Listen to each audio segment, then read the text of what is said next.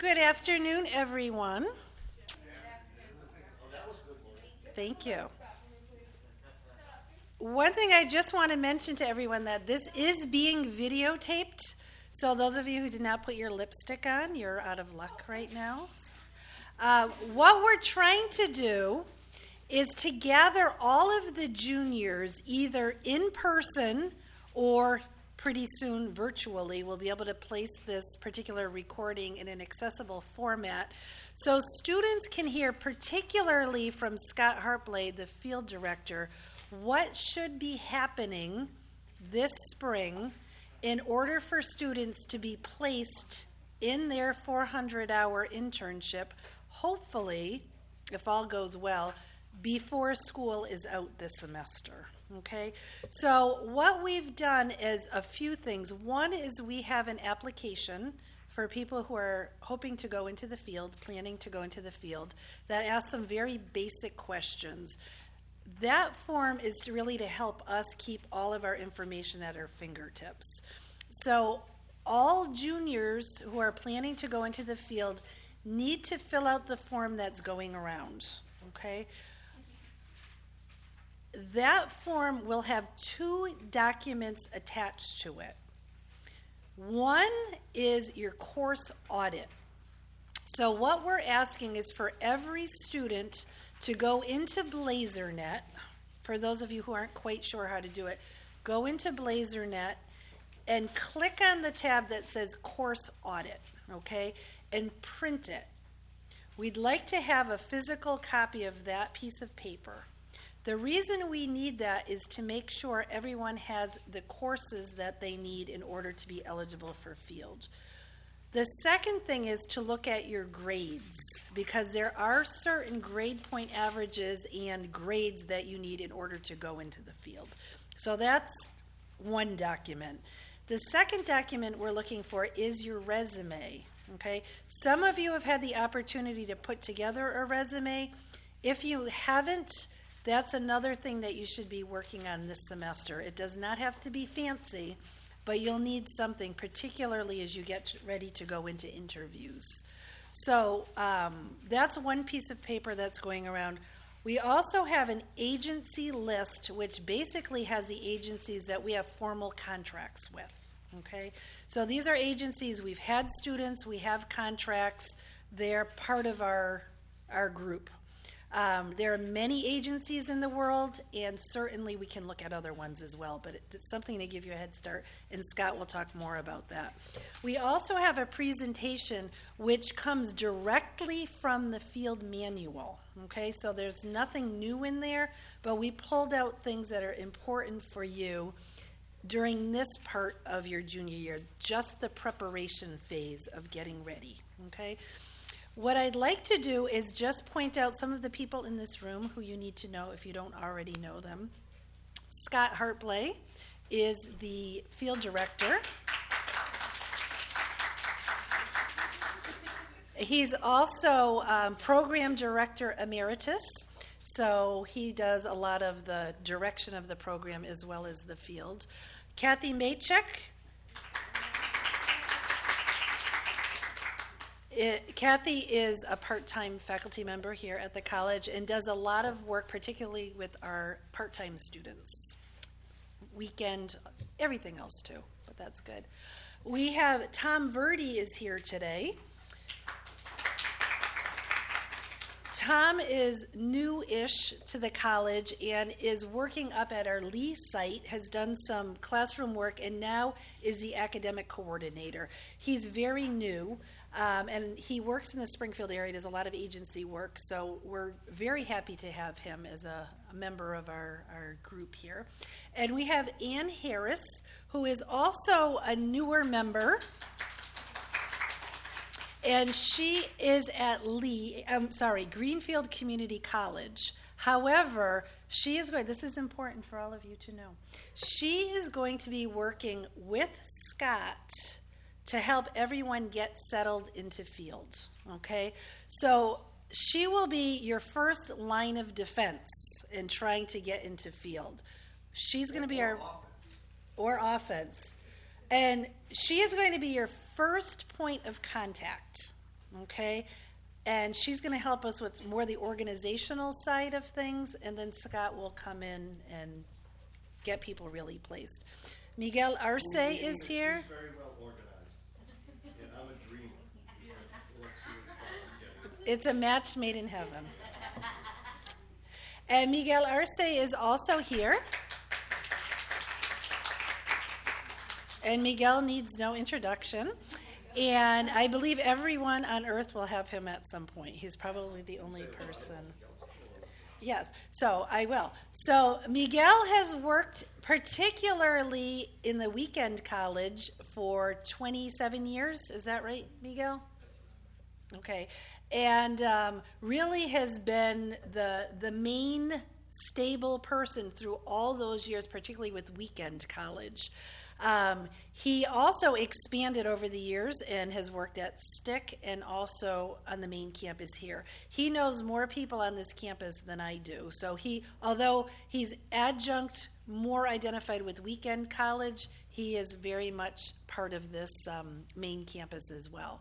I heard he could get you into the president's office sometime. Yes, if you would like to meet with Sister Mary Reap, just hook up with Miguel, and he just opens the door and walks in. No one in the world does that except for Miguel, which is a good thing.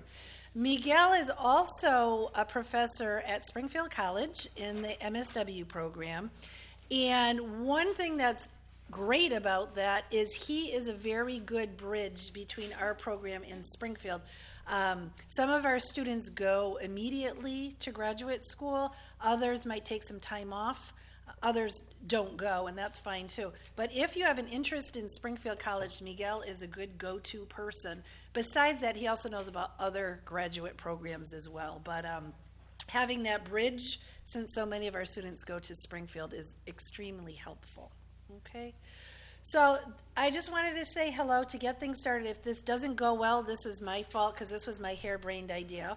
And I'm going to turn it over to Scott, and he's going to go through some of the very important things that really need to happen in the next couple of weeks. My goal for you is before summer starts that you know exactly where you're going for your placement, you know who your supervisor is, your initial paperwork is done, and that the summer is spent just being summer, okay? And if that doesn't exactly happen for you, it's not the end of the world, but I think the bulk of you will be placed. And Ann's saying, yes, they will. We will get this done. So thank you. Scott?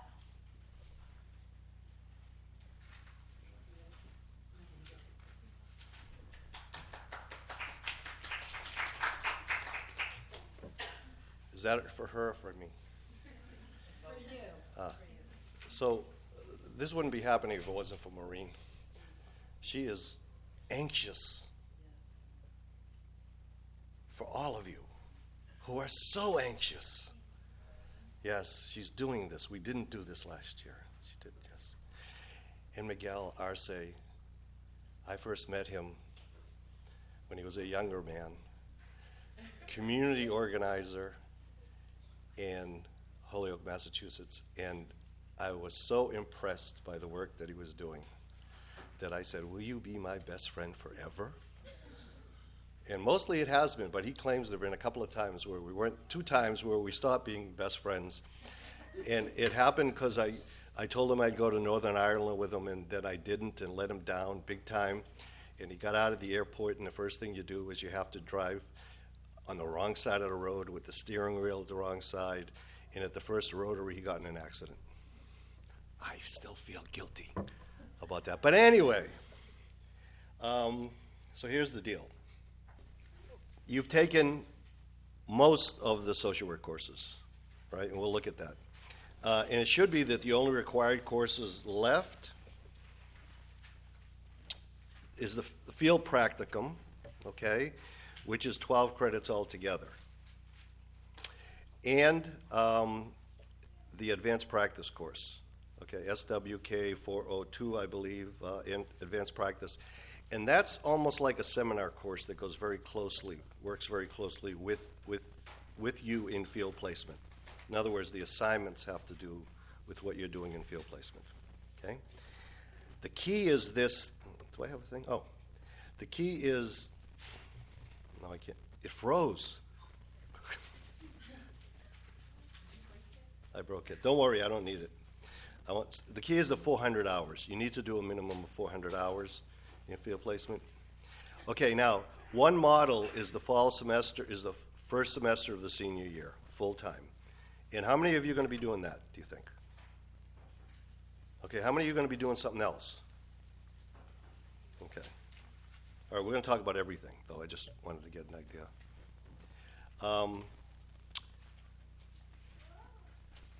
Part-time students, if you're doing like the weekend college part-time, and then what you do is the weekend college is divided up into 3 semesters, right, Miguel? I believe, and so like sort of like a fall, spring, summer kind of thing. And so you would be taking 4 credits of that 12 credits each of those semesters, each of those weekend college semesters. Okay? If you're, the next thing down there is if you're in the satellite degree completion program, Greenfield, Lee, Stick, then that goes from September until end of April. Okay, and that's also spread out. Okay, questions so far? Is that your phone? It's not my phone. No, it's not my phone. No. It's coming. It's on your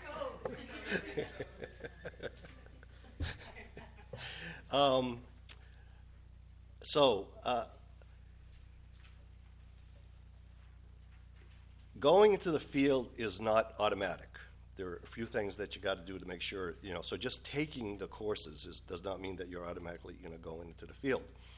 So what do we look at? Academic progress, emotional maturity, and mature, responsible behavior, and there are other ways of describing all of that. So we want you to go to an agency that you're very interested in. Okay, you should, if you want to work with children, you go to that kind of an agency. If you want to go do corrections, then you go to the Hamlin County Jail. We've had people in the Berkshire County Jail, as well. How do you get your placement? Well, one of the ways to get the placement is through the field placement booklet, that we have. And as Maureen said, those are agencies that we've worked with, that we've signed agreements with in the past. Okay? And if you look through all there and you say, oh, that's, there's nothing that really interests me, what about this such and such agency? Well, bring it to us, and we will consider, and we will help you look into it. And if it looks like you could get a productive social work experience with excellent supervision or very good supervision, then most likely you would be able to do that. Okay? Yes, ma'am. Can you do 2 placements at once? Can you do 2 placements, or does it have to just be 1 placement? He's going to give you the phone. This reminds me of the Johnny Carson show. Can you do 2 placements, or does it have to be just 1 placement, the whole 400 hours? We prefer that people do the 1 placement 400 hours, but if you can give us a good reason why you should do 2 over that time, then we're flexible, I think, right? Maureen, Miguel, yeah? Not you? No, Miguel's not flexible. Okay, yep, so thank you, Chris, that was great. Yeah. Okay, did I cover all of that, all the various kinds of placements? Do you have any other questions about agencies or how you get into your agency or find an agency? This is when you go and, one of the reasons that this program has the first semester, a full semester placement model, is that we've always felt that students become part of the agency more quickly if they're there every day. As opposed to, some schools, you go 2 days a week or something like that to placement, and that people say, well, is the student here today? Or we don't know, that kind of thing. So going along with that, even though you're still an Elms student, when we have all the holidays that we have, if your agency doesn't have a holiday, you have to be at the agency. So you no longer act like a student. The person who supervises you in your placement is called a field instructor. Okay? And that is like the most important person for you all during that semester.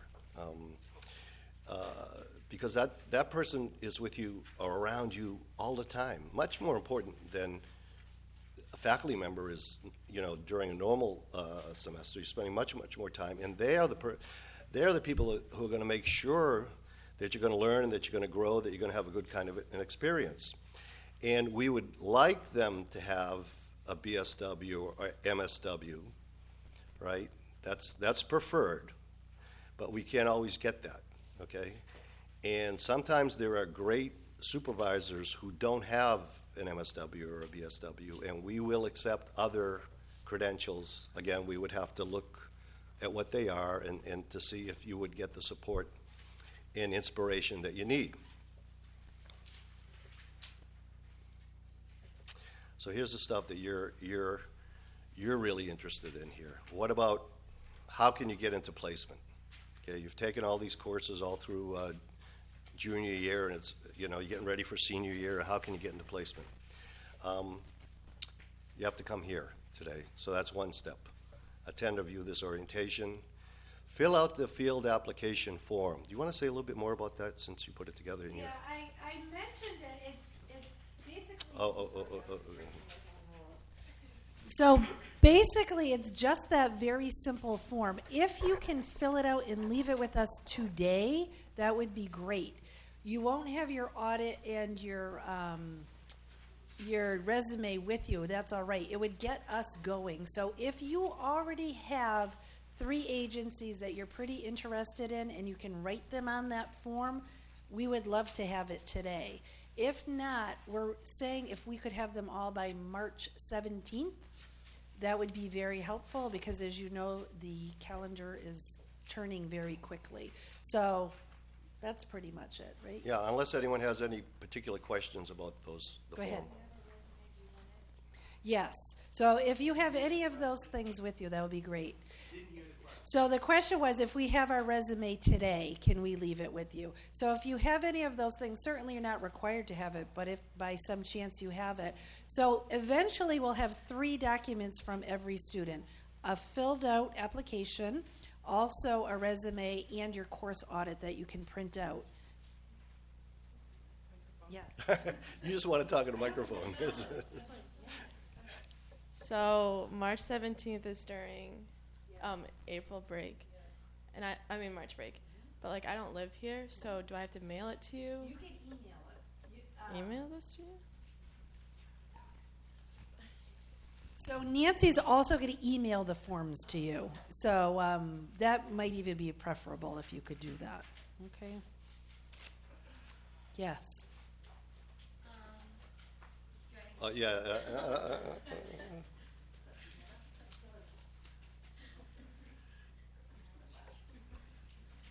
I live on campus, so is that the address that I put? Or do I put my home address? Okay. One reason is because some students want to do their placements near their home. So it's helpful that way. There are 2 other questions on there that I just want to call your attention to. One is if you have a concern about your quarry, okay? Lots of people have had run-ins with the law. If you're concerned that your quarry might be something that is a barrier to your entrance into an agency, it is best to make an appointment.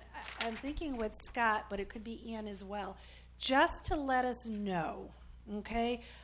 It does not mean you can't go into placement. You don't know the quarries I've approved over the years. So don't let that shut you down. But agencies, Tom knows because he's been in this business for many years, agencies don't like to be surprised by something that's very significant on a quarry. So let us know. That's one thing. The other thing is, in some cases, there will be the request for a Department of Children and Families quarry, their own type of quarry, to be run on you. If you are a foster child yourself or have been, or if you're currently open for services as a parent with the Department of Children and Families, you don't have to tell us that if you don't think your agency is going to run a query, because we don't need information that we don't need. But if your agency is going to run a query, or if I think they are, we'll have a conversation about that too, because that's something else that we can talk about, okay? So, and if you have those concerns, it's very common. I don't want it to be a barrier for people. So I just want to give you the heads up on that, okay? Am I making it up, or is that true? I think it's true, yeah.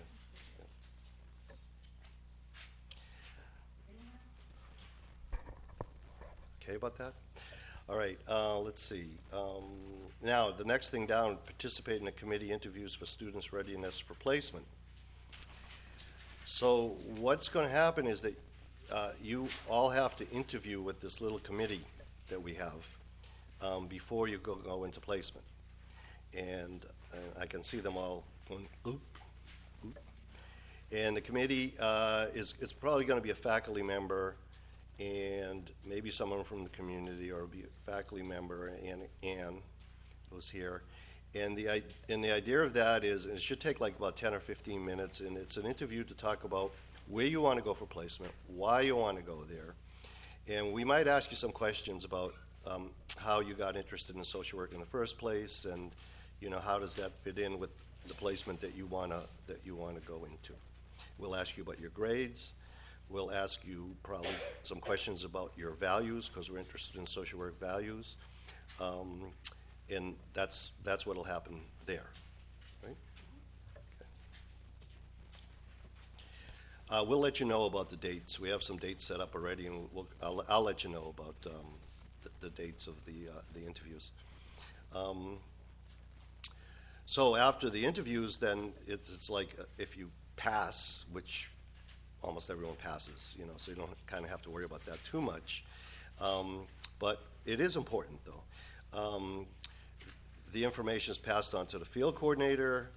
Where'd I go? And then we work with you you hopefully will come to us and tell us where do you want to go, what kind of placement and so forth, although we know that through your interview. You need to have a 2.5 overall GPA. Okay, that's one thing to go into the field. And you need to have a C or better in every required social work course. And here are the social work courses, the required social work courses. So Introduction to Social Work, American Government Policy, Human Behavior 1 and 2, Social Work Practice 1 with individuals and families, social group work, policy, social research, mental health and illness, social work with communities. So those are all the required social work courses that you would have taken by the end of your junior year. So you need to have that C grade. Non-academic requirements: maturity, responsibility, commitment to social work values. So yeah, not everyone has what it takes to become a social worker. So you could go to social work school, you can go to undergraduate school, you can go to a graduate program, you could get all A's and everything in all your courses. That doesn't mean that you have what it takes to be a social worker. Some people just shouldn't be social workers. So actually, that's maybe say a little bit more about that. We do have a responsibility about who we give the social work degrees to, and be out there and be practitioners. You've all been reading about Department of Children and their Families and what's been going on there these past months, and about people not having licenses, and also people making bad decisions and things like that. And so we don't want you to be one of those people.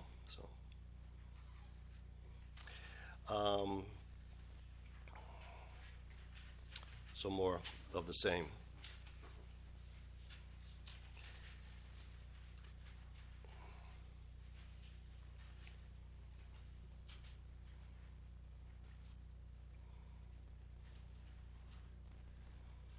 So we look for emotional stability as well, and that you're able to separate personal issues and distress from the needs of clients. okay? So that it's hard when we have a student social worker who goes out to an agency and then becomes the client, you know. So you need to be able to separate the personal from what's going on with you, between you and the client. So yeah, students are able to demonstrate that they're able to put clients' needs and safety first. Okay, so you should interview at 3 agencies, and you do that by either choosing 3 on the list, or maybe coming to one of the faculty, or, and getting help with choosing some other agency or agencies, and then you set up interviews. And the way that we do it is usually it's, and the reason we do 3, once in a while, I mean, there are a couple of reasons for that. One is to get you used to interviewing. It's good experience. But the other thing is sometimes maybe 2 students want to go to one agency and they're only taking 1 student. So we let the agency decides, you know. But that usually doesn't happen. There seem to be enough placements and so forth for that to not happen. So if this agency likes you, you like the agency, you know, it's a match, then there's usually no problem if you're going to your number 1 choice.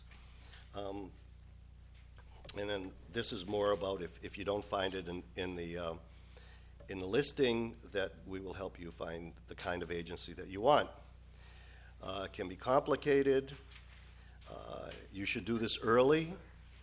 Okay, I know I looked for some hands last week about who have started it, and I only saw a very few hands have started the process. So resume, you know all about that, thanks to Nancy Davis.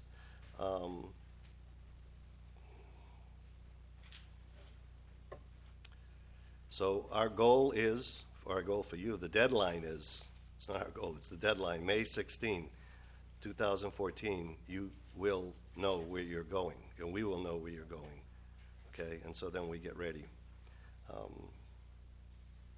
for September, okay? Oh, so somber. Any other questions or anything? We are going to have another orientation in September, early in September, before you go into placement. After you have secured your agency, the semester will have started, but you haven't gone to your placement yet. We have an orientation, and it's to talk about, it's for you and your supervisors and the person from the school who will be working with you, and it's to talk about what are the requirements of placement, what are the specifics. We're not getting into that right now. This orientation is just to get you out there, you know. That'll be September 5th. For this year, the orientation will be September 5th, first Friday after Labor Day. Put it in your calendars now. I see you all writing. So, yeah. And so you're going to have the important person, the supervisor from the agency, and for our purposes, that person is called a field instructor. Okay, and you're going to have a faculty person following you, and that person is going to be called your field advisor. Okay, so you're going to be working with those, and you're going to be coming back in either on a Wednesday or unless you in the weekend program, which will be a Saturday, you'll be coming back in for the advanced practice course. And again, that's a supportive kind of atmosphere where you can bring issues in, even though that, you know, the faculty person might not be your faculty person or advisor, but you have a small group in that class, and it's like a support group, support each other, you know. Okay. Anything else? Any questions? How do you feel? Yes. If we split up our placement over 2 semesters, which I was going to do, 200 and 200 hours, do we have to do 200 hours one semester or 200 the next, or can we just kind of? Since if you do it that way, it's going to be if you do it over 2 semesters, then it's divided up A, B, and C into thirds. Yeah, most students do A, B first. Yeah. So that means 1/3 of the 400 hours. So actually, you do 2/3 of the 400 hours the first semester, and then the other third.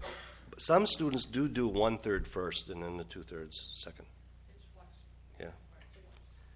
Yes. Oh. Oh. Mine's quick. What would you recommend? Does it matter, like whatever fits our schedule, or do you think it's like best to do it all during the fall, or to split it up? Well, I guess it depends on your situation, on your life situation, and all that kind of stuff. But I think that if you're an undergraduate student, you've been an undergraduate student all the way through here, you're better off doing all in one semester. And then you really feel a part of the agency. And a lot of times, students don't want to come back here. After they've spent it's December. They spent the whole semester at juvenile probation in Springfield or someplace like that, and they don't want to come back and take classes. But you have to. So that's what I would say. For all the courses that you mentioned we needed to get done by junior year, say if we don't have like 1 or 2 of them by the end of this year, we can't get our placement, or on this page I know what you mean. Oh. Okay. Yeah. I think they have to go all the way back to go. Do not collect $200 or anything because you skipped something, so you got to start all over again. That's not fair. I know. I'm just kidding. We work with students who have sometimes students aren't right on schedule, because they've come in at different times. They've transferred in different times, and so we will work with you. And if who's your advisor? Do you know? Effie? No, Effie. No. Dr. Voorhees. Yeah, Ronnie. Yeah. Yeah, so you could. Well, I'm sure she has set something up for you in your. Yeah. In what courses you take when and that kind of stuff. Mm-hmm. Yeah, you'll be okay. Okay. Yep. Thanks. Tana, no? Okay.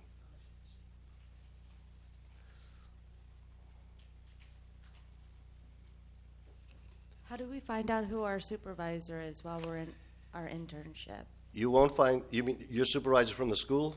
Yeah. The faculty person. Mm-hmm. You probably won't be able. You won't know that until September, because what we do is once everyone is set, right, and then we divide the students up. And the way that we do that, well, it's different because some of us cover only the part-time students, and some of us cover only the off-site students, and then those of us who cover the full-time students, we have agencies that we have relationships with that we've been going to, and usually we just take them again. So that's how it works. It's simple. It's as simple as that. There's no other way. I have 2 questions. Can you talk a little bit about the wisdom of getting an internship where you're working? And then the second part is I have a student who, because of their life commitments, was wondering about being able to start an internship before the fall so that she wasn't doing 12 hours in addition to working. Okay, so the first one is it is possible to do, if you have a job, to at a social work agency, human service agency, to create a placement at that agency. And when we say create, it means if you've been working somewhere for 5 years, you just don't go on and keep on doing your same old job and think you're going to get 400 hours and that's going to be your internship. What you got to do is you've got to have totally new experiences and supervision, But that's possible, and I think in social work education, I think that generally we try, and other places try to work with students so that they can continue doing that and without a hardship. Now the other thing is we mostly don't like to have students start before September. And that has to do, one of the reasons is insurance, and I'm glad you actually brought that up, because everybody in here, all the students are covered for liability.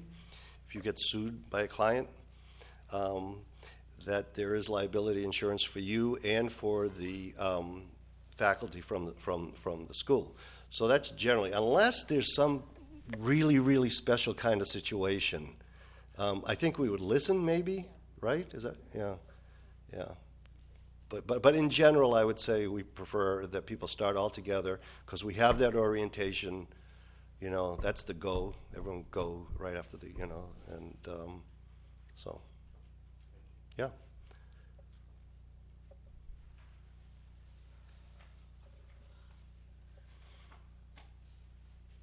Can I ask something? I know it's up to the students. I'm wondering mostly from Ann, Tom, and Miguel as agency people, school people, and Miguel, who's on sabbatical and doing a lot of work in the community. I'm interested to know what you, as social workers in the field, might give as advice to students as they're heading out, because I'm sure you've been around lots of interns. And I know I've had very mixed experiences with interns. Usually they're fantastic. Once in a while people hit bumpy roads. So I don't know if you have any comments or insights. Or My experience in terms of internship is that it's probably the place where you're going to learn the most, more so than in the classrooms that we teach in. And in addition, I think it's also the area where you're building your resume. That a BSW is not going to guarantee you anything, but it will allow you to get jobs in lots of different areas, and your internship will broaden your resume. So if you can do an internship in something totally different from what you've already experienced, you then are better able to sell yourself when you're looking for a job.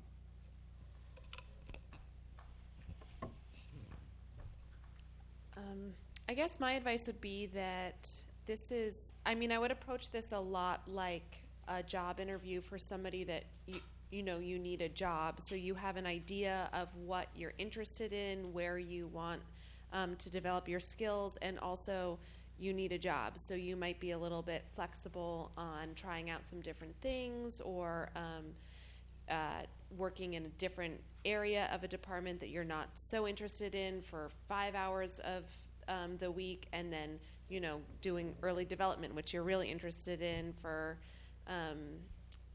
you know, the other 10 hours. I would also,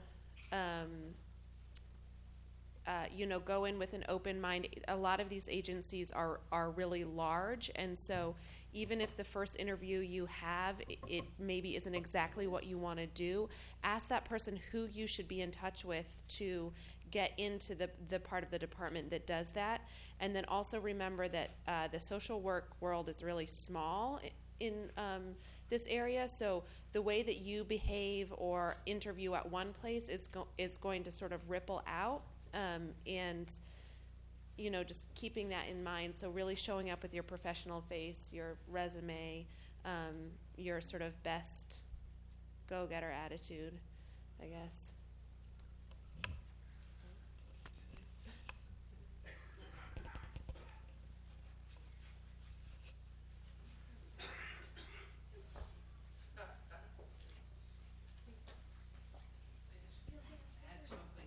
Add something to that. It's been my experience that out in the field that it can be humbling. It really can, and you need to humble yourselves. Some of you that have had life experiences or have been working in a human service agency, you know, you may know something, but just learn.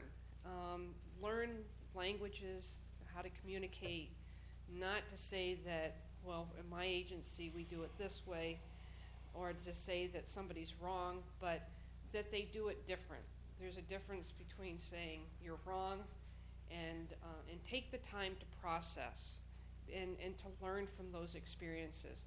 So, you know, be humble. Learn, don't jump, don't be quick. and see what it is that you can learn differently from the other people, because you really are all working towards one goal, and how we reach those goals maybe times is different. So work together as a team in your internship.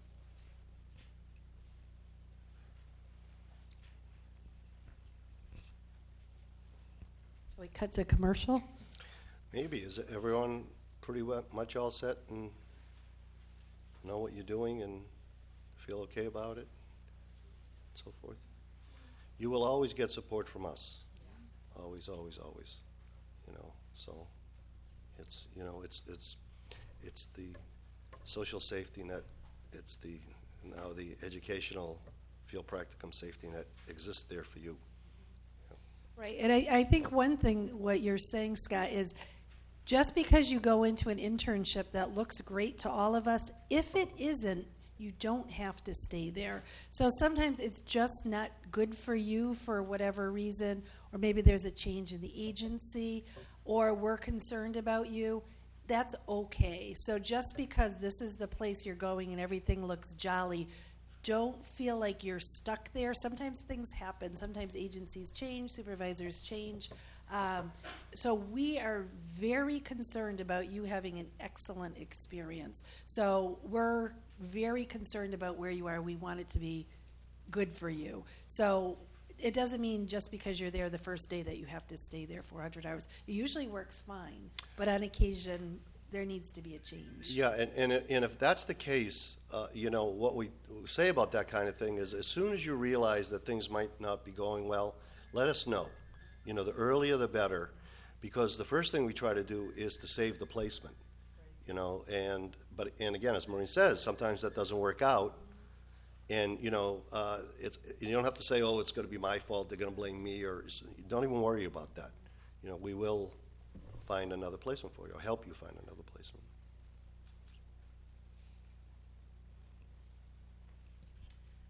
Hi, Hi. What's your name? Brittany, And where are you from, Brittany? Springfield. And how did you happen to come on our show tonight? I was just chosen as a lucky contestant. Were you out there in line or just staying in front and they came out with tickets? Is that what happened?